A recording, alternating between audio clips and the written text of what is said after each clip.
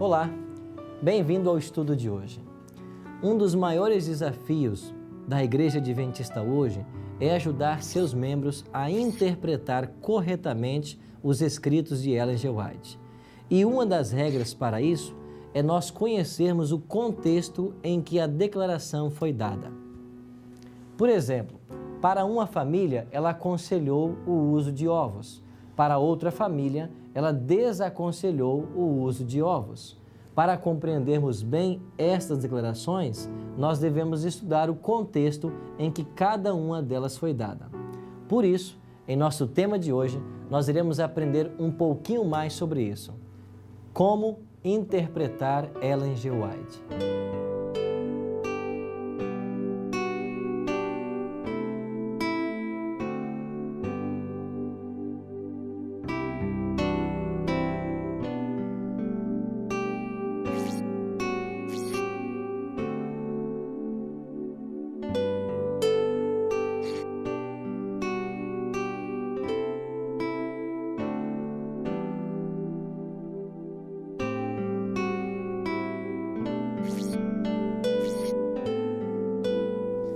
Houve várias ocasiões no ministério da Sra. White que Deus manifestou o seu cuidado extraordinário por essa mulher. Por exemplo, no tempo da Sra. White, uma das maneiras mais comuns que o povo tinha para viajar era através de charretes, como esta. E Deus orientou até mesmo na escolha do cavalo que o casal White deveria comprar. E eles compraram um bom cavalo, que se chamava Charlie, que serviu a família por muitos anos e fez várias viagens com o casal. Pastor Tim, o senhor se lembra de alguns desses momentos em que Deus manifestou um cuidado assim todo especial para com a sua serva, Ellen G. White? Ainda nos primórdios da história da igreja, numa época de muita dificuldade financeira em que os obreiros não tinham uma manutenção adequada, dois obreiros, no caso J.N. Andrews e também Loughborough, eles desanimaram e desistiram temporariamente do ministério. E eles foram trabalhar além do Mississippi, em construções ali como carpinteiros. E a Sra. White queria que não podiam perder obreiros de tamanha qualidade como aqueles. E ela então decidiu, com a carroça, atravessar o rio Mississippi e ir em busca desses obreiros. Mas isso já era o final do inverno e começava a derreter o gelo. Mesmo assim, a despeito de ser advertida a não fazê-lo, ela atravessou o rio Mississippi com carroça em cima do gelo, mesmo correndo o risco de a carroça, quem sabe, cair em um buraco e afundar. E chegando na construção na qual ambos estavam trabalhando, ela simplesmente não os cumprimentou, viu ali a J.N. Andrews e perguntou diretamente a ele: "O que fazes aqui, Elias?" E ele respondeu calmamente: "Eu estou trabalhando como carpinteiro." E ela retrucou outra vez: "O que fazes aqui, Elias?" Ele disse: "Eu estou trabalhando como carpinteiro." E uma terceira vez ela formulou a mesma pergunta, e aí ele se conscientizou que ele estava fugindo de sua responsabilidade, como Elias havia saído e, no caso, até se escondido dentro de uma caverna depois da grande vitória do Monte Carmelo. Assim como ouvimos essa história, nós vemos a maneira sobrenatural que Deus agiu muitas vezes no ministério de Ellen G. White. Não há dúvidas de que essa mulher foi uma escolhida por Ele para ajudar no processo organizacional da sua igreja e para preparar uma estrutura que pudesse levar o Evangelho aos confins da terra.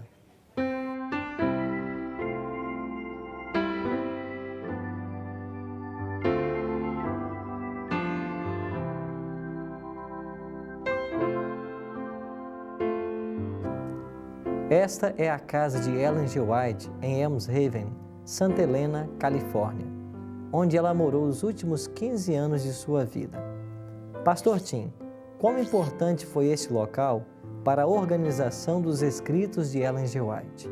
Há um ponto muito importante que em 1901, na parte de trás dessa casa, foi estabelecido o primeiro arquivo organizado de cartas e manuscritos de Ellen White por Clarence Chrysler, o secretário da Sra. White. Então aqui começou basicamente o embrião do que se tornaria depois o assim chamado patrimônio literário de Ellen White, o Ellen White Estate, que hoje está na sede da Associação Geral em Silver Spring, Maryland.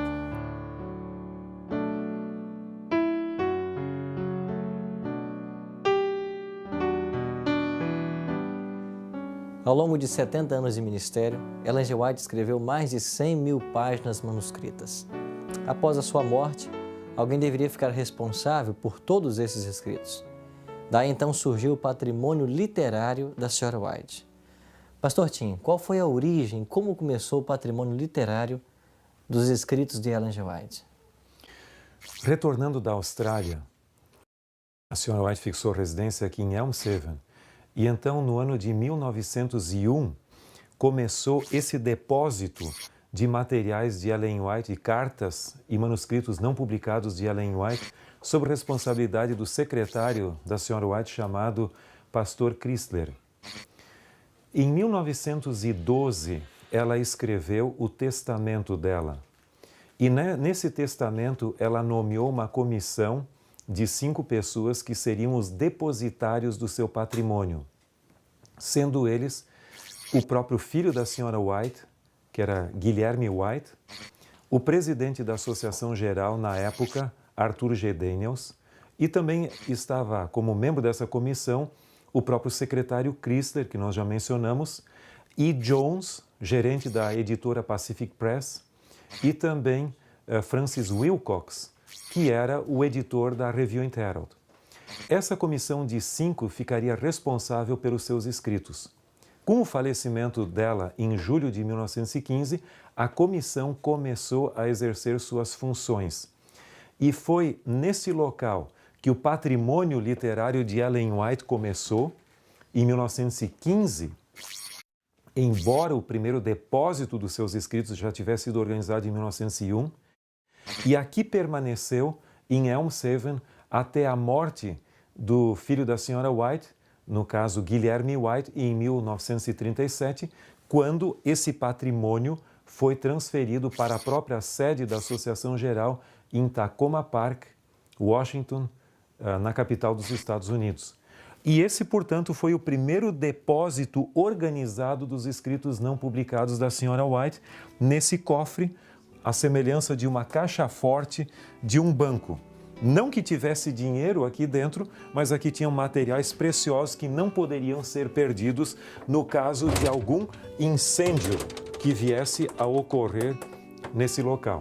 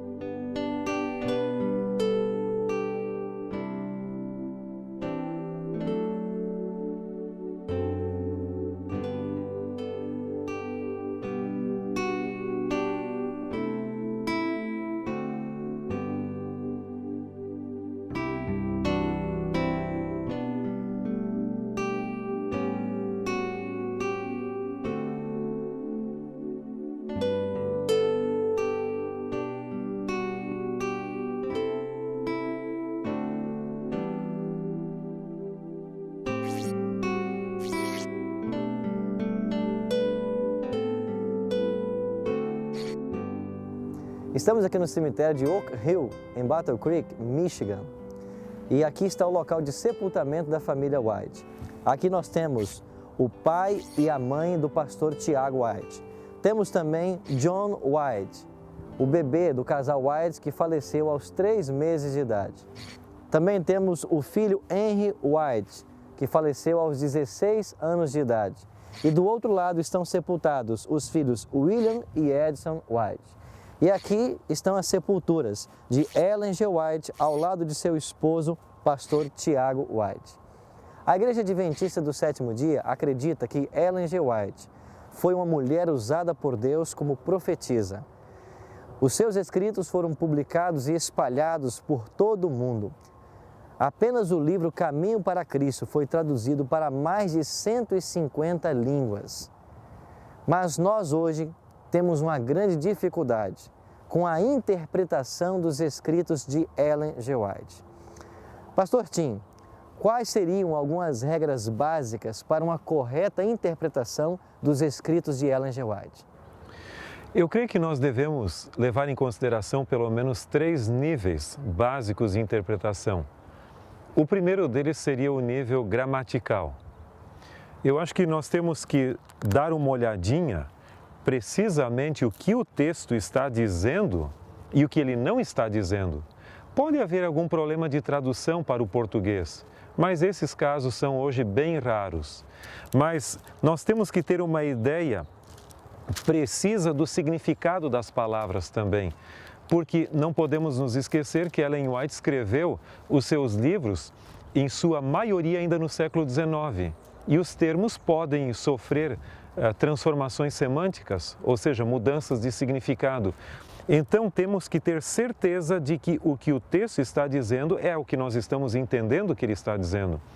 Uma outra coisa também muito importante é levar em consideração que uma mesma palavra pode ter um significado num lugar e a mesma palavra pode ter um significado diferente no outro.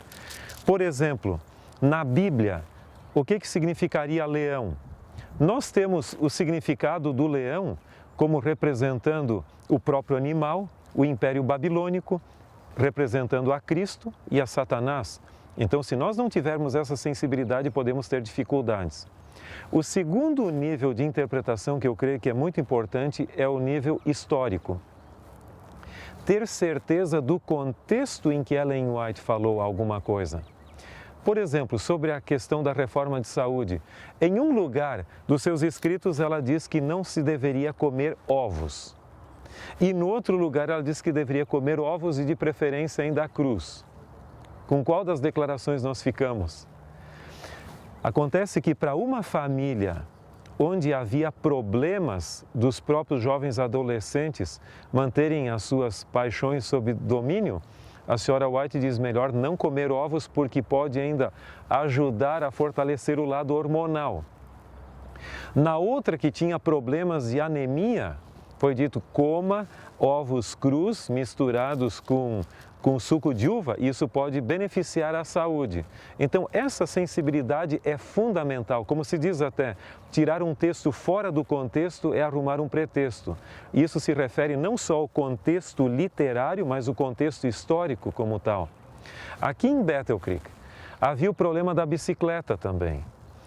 Eles faziam corridas de bicicleta nos idos tempos e a senhora White advertiu contra usar bicicletas. Se nós tomarmos o texto isoladamente, sem levar em consideração essa corrida toda, nós podíamos dizer ninguém deve andar de bicicleta. Então, leve em consideração o contexto também, além do significado literário. E um terceiro e último ponto seria o nível teológico. Em tudo isso é importante levar em consideração o todo. Qual é o ensinamento básico fundamental? Nós não podemos permitir que uma declaração aqui isoladamente contradiga o ensinamento geral dos ensinos dela. Isso é muito fundamental. E temos que identificar com precisão os grandes temas que ela aborda.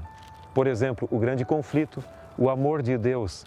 Essas são regras básicas, fundamentais, mas elas podem nos ajudar a minimizar a margem de erro interpretativa ao lermos os escritos da senhora White. Se nós buscarmos com sinceridade aplicar todos esses princípios quando lermos os escritos de Ellen G. White, nós não teremos problema. Vamos buscar respeitar essas regras básicas de interpretação para que a verdade ali revelada possa contribuir para o crescimento espiritual e a unidade da igreja. A minha decisão de hoje é que prometo estudar e interpretar os escritos de Ellen G. White da forma correta, obedecendo às regras de interpretação e aplicando todos os conceitos, primeiro à minha própria vida e depois para ajudar outros a compreenderem também a vontade de Deus. Se esta é a sua decisão, ore comigo agora. Amado Deus e Pai que habita nos altos céus, obrigado pelas revelações maravilhosas feitas através do ministério de Ellen G. White. Que nós tenhamos a sabedoria dos altos céus para uma correta interpretação e, sobretudo, vivermos à altura daquilo que o Senhor nos revelou através de seus escritos. São bênçãos que nós te pedimos, em nome e por amor de Jesus. Amém. Em nosso próximo encontro, iremos aprender sobre os escritos de Ellen G. White e seu papel para a Igreja Adventista do Sétimo Dia. Que Deus o abençoe ricamente. Até lá!